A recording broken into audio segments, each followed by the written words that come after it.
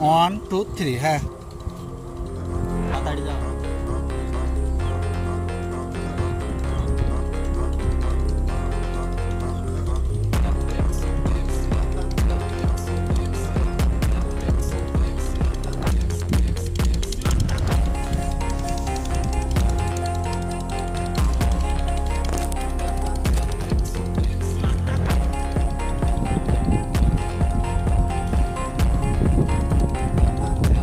আপনারা দেখছেন সায়ন চৌধুরী, সে এখন একটু পাহাড়ে উঠছে।